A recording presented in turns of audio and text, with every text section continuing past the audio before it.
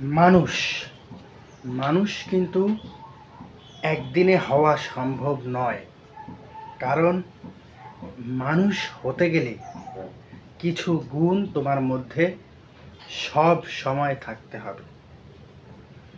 হোক সেটা কর্মক্ষেত্রে, হোক সেটা তোমার বাসার চারদিকের আশেপাশে, হোক সেটা রাস্তায়, সেটা যে কোনো জায়গায় হতে পারে। কিন্তু মানুষ হতে গেলে তোমার কিছু গুণ থাকতে হবে।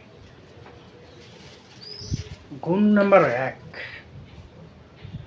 পরিবারের মধ্যে তোমাকে সব সময় ব্যালেন্স করে চলতে হবে। ব্যালেন্স কি বুঝতে পেরেছো তো নাকি? মানে পরিবারে কোনো ঝামেলা বা কোনো অসুবিধা